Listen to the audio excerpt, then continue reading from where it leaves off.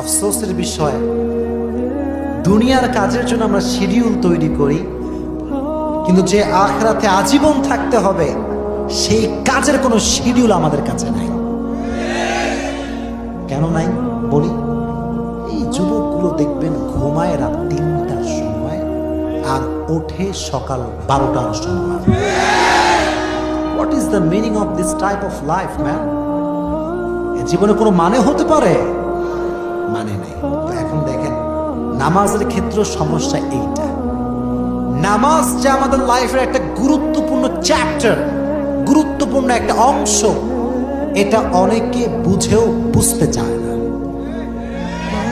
আর নামাজ ধরেও আবার কেন ছেড়ে দেয় কারণটাকে বুঝতে